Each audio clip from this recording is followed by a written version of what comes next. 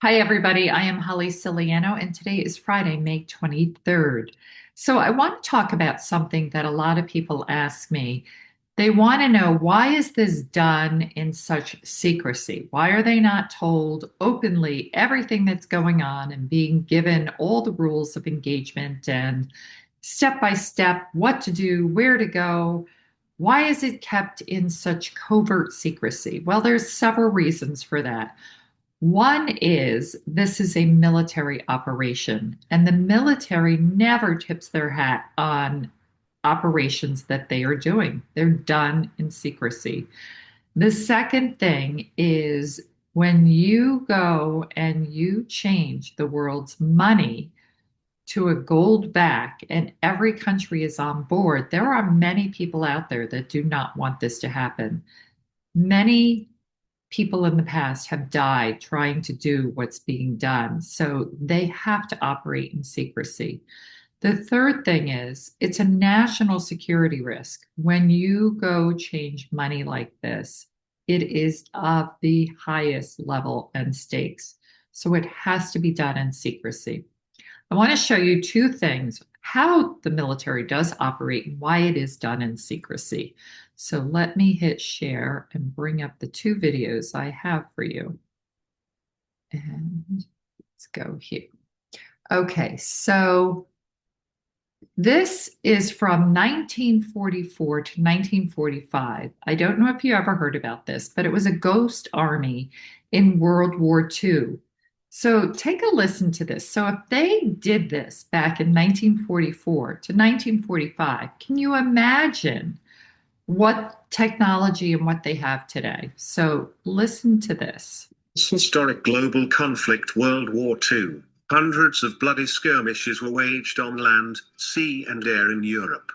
But one top secret US Army battalion fought not with bullets but with stagecraft, using inflatable life-size tanks, phony insignias, soundscapes, and fake radio transmissions to deceive German soldiers on the battlefield. The 23rd Headquarters Special Troops, also known as the Ghost Army, brought together artists, career military officers, and audio experts in a unique unit devoted to the art of deception, the first mobile, multimedia, tactical deception unit in US Army history. Using a combination of science and art, the Ghost Army staged nearly 24 missions between May 1944 and 1945 with the sole purpose of tricking Nazi troops about the whereabouts of Allied forces in Europe. In the process, their efforts saved the lives of thousands of Allied soldiers. Its existence was kept secret for more than 40 years after the war's end. The Ghost Army remained officially classified until the mid-1990s. London-based US Army officers Colonel Billy Harris and Major Ralph Ingersoll guided the formation of the Ghost Army, inspired by the success of British deception tactics in North Africa. The British Army's Operation Bertram, staged in 1942, used camouflage and more than 2,000 dummy vehicles to convince the Germans that the British were strengthening a position in the south, and to conceal British mobilization in the north.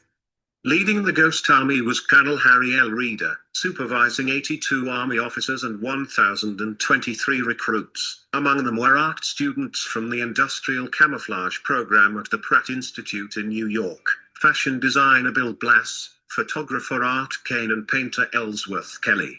These and other strategists designed a four-part approach to bring Phantom Army battalions to life. The first element was the Camouflage Engineer Battalion, the guys who dealt with the inflatable vehicles, inflatable tanks. These tanks could easily be lifted and moved into position by just a few men, but from a distance they were nearly impossible to distinguish from the real thing. The second element was a signal company that concocted fake radio traffic. The radio operators were so skilled that they could mimic the Morse code. A third element of the Ghost Army was sonic deception. Audio engineers pre-recorded sounds of military training exercises and the construction of trenches and bridges, and then edited them into soundscapes that could be played on massive speakers within range of German troops, to convince the Nazis that entire combat units occupied locations that were undefended. Their most successful operation was Operation Fearson, which took place from March 18th to March 24th, 1945. For that mission, the Ghost Army used 600 inflatable vehicles, fake uniform patches to impersonate soldiers from other units, and recordings of pontoon bridge building. So that's pretty high tech back then. I can only imagine the tech that we have today. Now, here's another video that I want to pull up. Just move me down. I think this is it. No, not it. Well, while I'm here, I'll read this. So Vietnam stablecoin, Vietnam has its own stablecoin that mirrors its currency. That means they are ready on the blockchain side. VND and VNST. VNST stablecoin aims to provide a secure, reliable solution offering diverse choices, convenience, and expanding applications for users in the Web3 industry in Vietnam and globally, inset incoming. So it's pretty cool that they are on the blockchain. Let me go back to this and see if this is the one I want to play. Nope, that's not it. Let's stop this. Go back.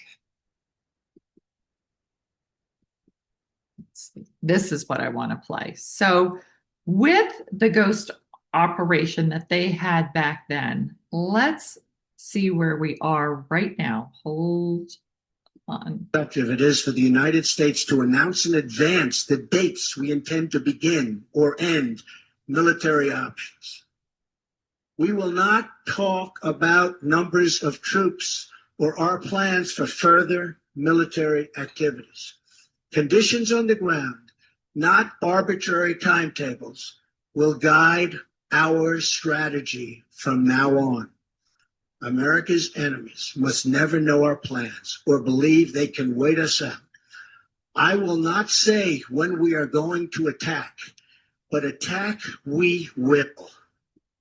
Okay, so that's pretty huge.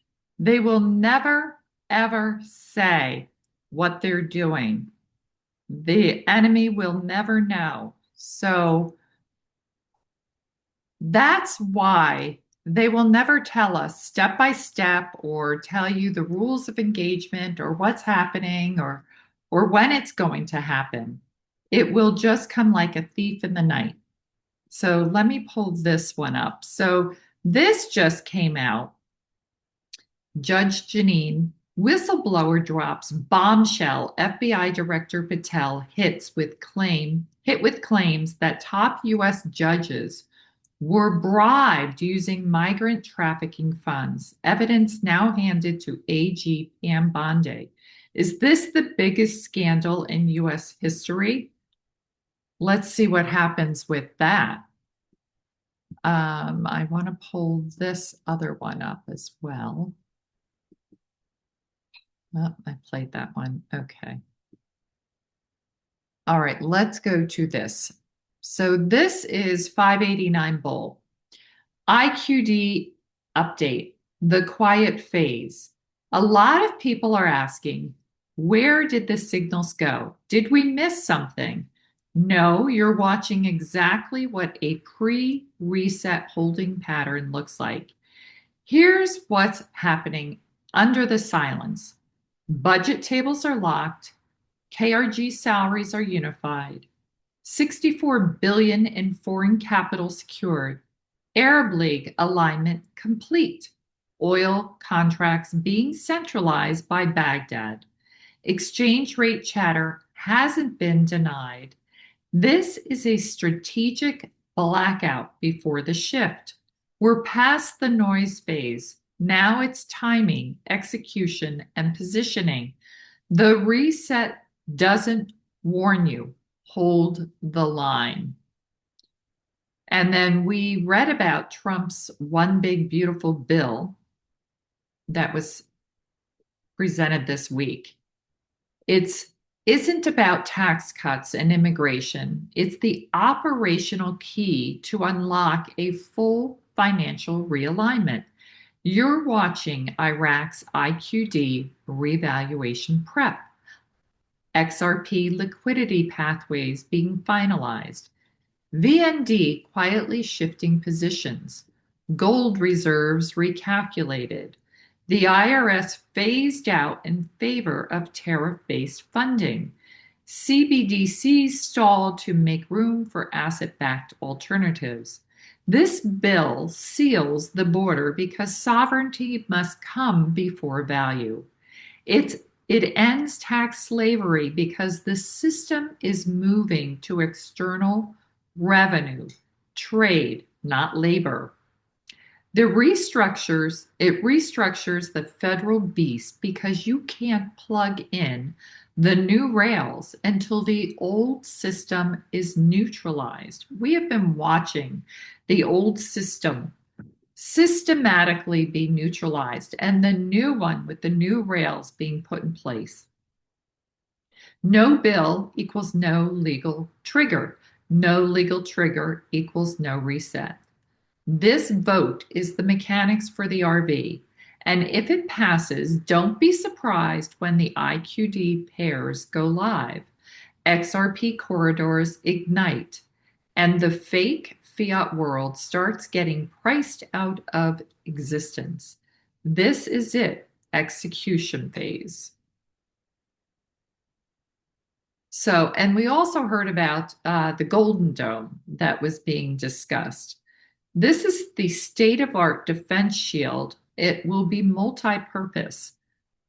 The Golden Dome, discussed on Black channels and other obscure mediums of information exchange, is engineered to counter non-conventional threats, including those originating from unacknowledged domains classified as extra-dimensional or non-physical.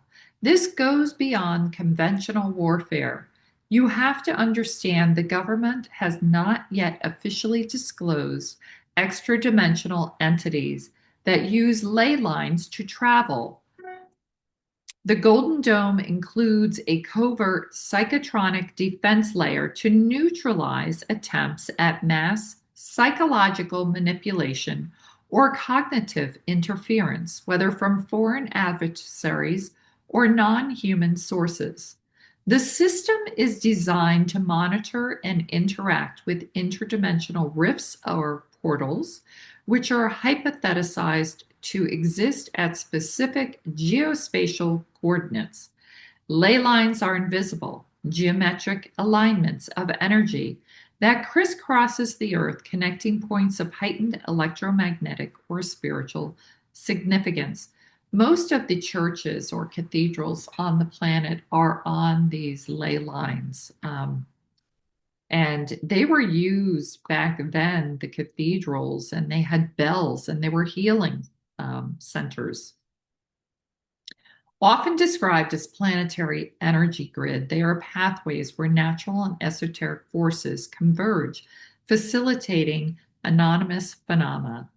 The Golden Dome space-based interceptors are equipped with gratific sensors capable of detecting microfluctuations in space-time. These sensors are paired with AI-driven anomaly detection systems to map and catalog potential rift events. So I'm not going to read the rest of it, but that's been presented this week. That's pretty big. And this, this is the other one that I want to play. So this is what we are looking for. I've heard about this spiritual white boy trust fund. So just listen with an open ear to hear the basis of what this is, because this is all what we are working towards. What if the barriers of economic inequality could be dismantled, creating a world where every currency held equal value and prosperity was accessible to all? This revolutionary idea is at the heart of Nasara and Gazara, a framework designed to bring financial balance to a global scale. But there's an extraordinary connection to this vision that lies in the Philippines, a nation with a pivotal role in the plan.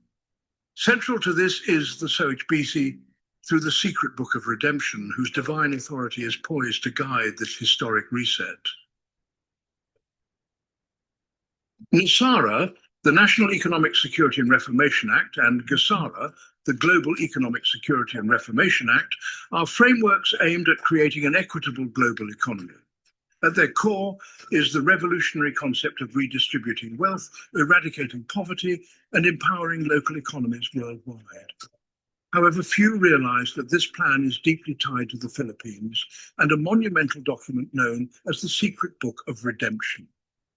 On September 22nd, 1972, the Secret Book of Redemption was signed in Manila, cementing the Philippines' role as the central authority for wealth redistribution. This book, prepared by the New World Royal Order, outlined a divine master plan for global financial equality. At its heart lies the SOHBC, the sovereign holder of the Book of Redemption, known as the White Spiritual Boy, Mariposa, or Spiritual Wonder Boy. This figure holds the authority to execute this global economic transformation. NESARA and GESARA represent a global economic reset. Their mission? To equalize currencies, restore economic balance, and create opportunities for every nation. By addressing disparities in wealth and strengthening local economies, this framework aims to eliminate poverty and empower people to build sustainable futures in their own countries. The centerpiece of this proposal is the one-to-one currency revaluation. Imagine this. $1 equals 1 Vietnamese dong, 1 Zimbabwean zim, or 1 Iraqi dinar. This revaluation empowers citizens of historically weaker economies by increasing the value of their currencies, giving them equal financial power on a global scale. It's about more than numbers. It's about fairness, justice, and dignity for all. The SOHBC, sovereign holder of the Book of Redemption, is the custodian of this massive global transition. As outlined in the Secret Book of Redemption, the SOHBC holds the divine authority to distribute wealth, manage funds, and oversee the monumental task of resetting the global economy. This isn't just about policy. It's a carefully orchestrated divine master plan prepared for decades and deeply connected to the Philippines. The Secret Book of Redemption, signed in Manila, outlines how 100% of the world's projected trade wealth will be managed under the SOHBC's guidance. It highlights roles for the redeemer, trader, funder, investor, and banker in implementing NESARA GESARA's vision. The Philippines stands as a beacon of this transformation, entrusted with a responsibility that will reshape humanity's future. In the Philippines, the impact of NESARA GESARA would be profound. With the SOHBC based here and wealth distribution channeled through the Secret Book of Redemption, the nation is poised for unprecedented growth. This isn't just about uplifting the economy, it's about empowering every Filipino to thrive in a fairer global system. The revaluation ensures that wealth stays within the Philippines, encouraging investments in local businesses, infrastructure, and education. Communities long overlooked will experience a renaissance of development, driven by a wave of new opportunities and financial empowerment. This isn't just about the Philippines. In November 2024, a historic treaty was signed by 209 nations, agreeing to a global currency reset. This treaty will equalize currencies worldwide, ending decades of economic exploitation and dependency. Currencies like the Vietnamese dong, Zimbabwean zim, and Iraqi dinar, long undervalued, are finally getting their moment to stand equal with the US dollar and euro. This reset is about justice. It levels the playing field and gives every nation the chance to grow independently, reducing reliance on foreign aid and fostering global partnerships based on mutual respect and opportunity. The foundation of this transformation lies in cutting-edge technology.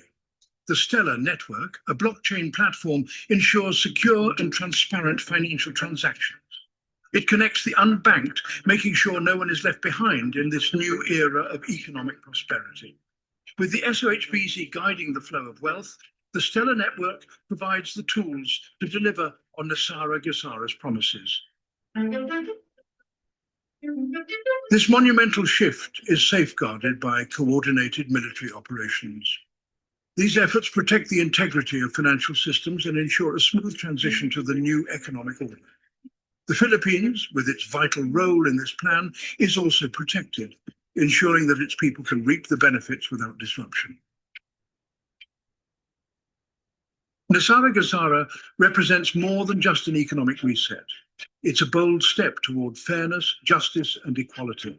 With the Philippines at its heart, guided by the SOHBC through the secret book of redemption, the future promises prosperity for all. For Filipinos, this is a once-in-a-lifetime opportunity to lead a global movement that will shape the world for generations. This is not just about a dream. It's about making history. Together, we stand on the brink of a transformative moment.